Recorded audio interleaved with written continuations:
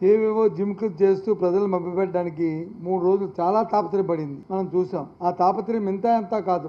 ఆ తాపత్రయం ప్రతి పార్టీకి ఆ పార్టీ ఆవిర్భావ దినం దానికి సంబంధించి కార్యక్రమాలు చేసుకోవడం అనేది అది ఒక ఆనవాయితీ, సహజం. ఆ ఆనవాయితీలో ఆ కార్యక్రమాల్లో అధికారంలో ఉంటే అధికారంలో చేసిన పనులు చెప్పుకుంటారు, అధికారం లేకపోతే ఉన్నప్పుడు చేసిన కార్యక్రమాలు చెప్పుకుంటారు, లేకపోతే అధికార ప్రభుత్వం ఇచ్చిన మాటలు ఏమైనా నెరవేర్చకపోతే ఆ విషయాలు చెప్పుకుంటారు. కానీ ఇక్కడ ఒక దురదృష్టం ఏంటంటే అధికారంలో ఉండి తెలుగుదేశం పార్టీ కూటమి ప్రభుత్వం ఈ సంవత్సర కాలం ఏం చేసిందో చెప్పుకోలేక ఎంతసేపు ఆడిపోసుకుని ఆత్మస్థుతి పరనంద అనే సామెతలాగా వాళ్ళు వచ్చి పొగుడుకుంటూ ఎంతసేపు వైసీపీ పార్టీని, జగన్మోహన్ రెడ్డి గారిని, అందులో ఉన్న నాయకుల్ని మరి వాళ్ళని కించపరుస్తూ స్థాయి లేని సభ్యత లేకుండా వారు మాట్లాడిన భాష రాష్ట్ర ప్రధానికి అంతా కూడా చూశారు. సూటిగా అడుగుతున్నాను ఆ పార్టీని, ఆ నాయకుల్ని, ఈ సంవత్సర కాలంలో మీరు ఇచ్చిన సూపర్ 6లో ఎందుకు అమలు జరపలేపారు? ఎందుకు అమలు జరపకపోతే ఆ విషయాన్ని, ఆ సంజాయిషిని ఎందుకు ఆ వేదిక మీద మీరు ఇవ్వలేదు? పెన్షన్ తప్ప ఏ కార్యక్రమాన్ని మీరు చేశారని అడుగుతున్నాను.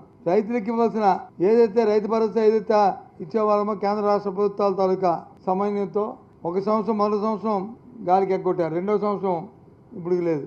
అంటే అది 20,000, 20,000, 40,000 రూపాయలు ఎప్పుడు ఇస్తారు చెప్పండి? అయిపోయే సంవత్సర కాలం.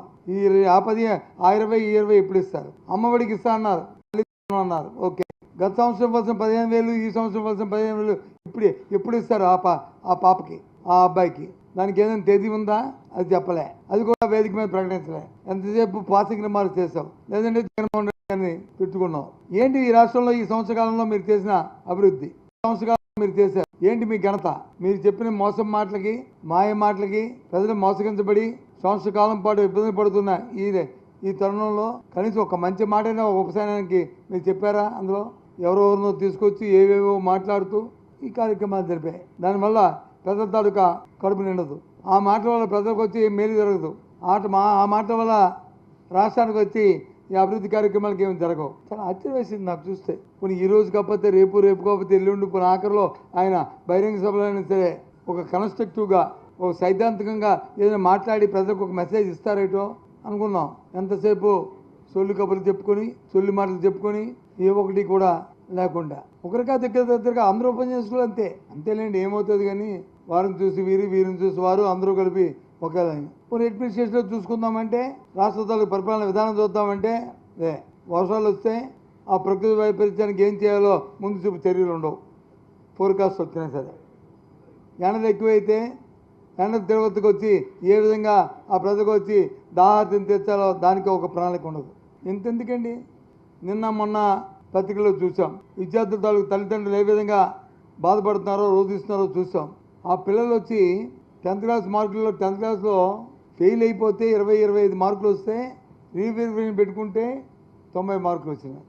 సిగ్గుపడాలా? ఆ కంపారిజన్ ఏంటో నాకు అర్థం అవ్వట్లే. వాస్తవాలు పక్కన పెడదాం. వాస్తవాలు నేను చెప్తాను. 16,700 మంది కరెక్షన్ పేపర్లు వచ్చి కరెక్షన్ జరిపించుకుంటే ఈ సంవత్సరం 16,700, అంతకుముందు వచ్చి ఇంక ఎక్కువ జరిగాయి అని చెప్తున్నారు. ఎప్పుడైనా ఏదైనా ప్రభుత్వ విధానంలో గతం కంటే మెరుగ్గా ఉండాలని కోరుకోవాలి. అంటే మెరుగ్గా ఉండాలని కోరుకుంటే ఇదా? ఇవాళ ఆ పత్రిక అధినాయకులకి, ఆ పత్రికకి ఇన్ఫర్మేషన్ ఇచ్చిన ప్రభుత్వంలో ఉన్న నాయకులకి అందరికీ మీ టీవీ ద్వారా తెలియపరుస్తున్నాను. ఈ పత్రికా సమావేశం ద్వారా రాష్ట్ర ప్రధానికి కొన్ని తెలియపరుస్తాను. ఏ రోజైనా సరే 5,000 సంఖ్యకు ఒక్క విద్యార్థి అయినా ఎక్కువ మందికి కరెక్షన్స్ వచ్చే ఆలోచించమని కోరుతున్నాను. తీయండి లెక్కలు. రండి, నేను వస్తాను మీ రివ్యూకి. నన్ను పిలవండి, మీ రివ్యూకి వస్తాను. పెట్టండి అధికారులందరూ. నేను యాజ్ అపోజిషన్ లీడర్ కెపాసిటీలో నేను వచ్చి పాల్గొంటాను. ఇదేదో ఛాలెంజ్ల కోసం కాదు, వ్యవస్థను సరిదిద్దడానికి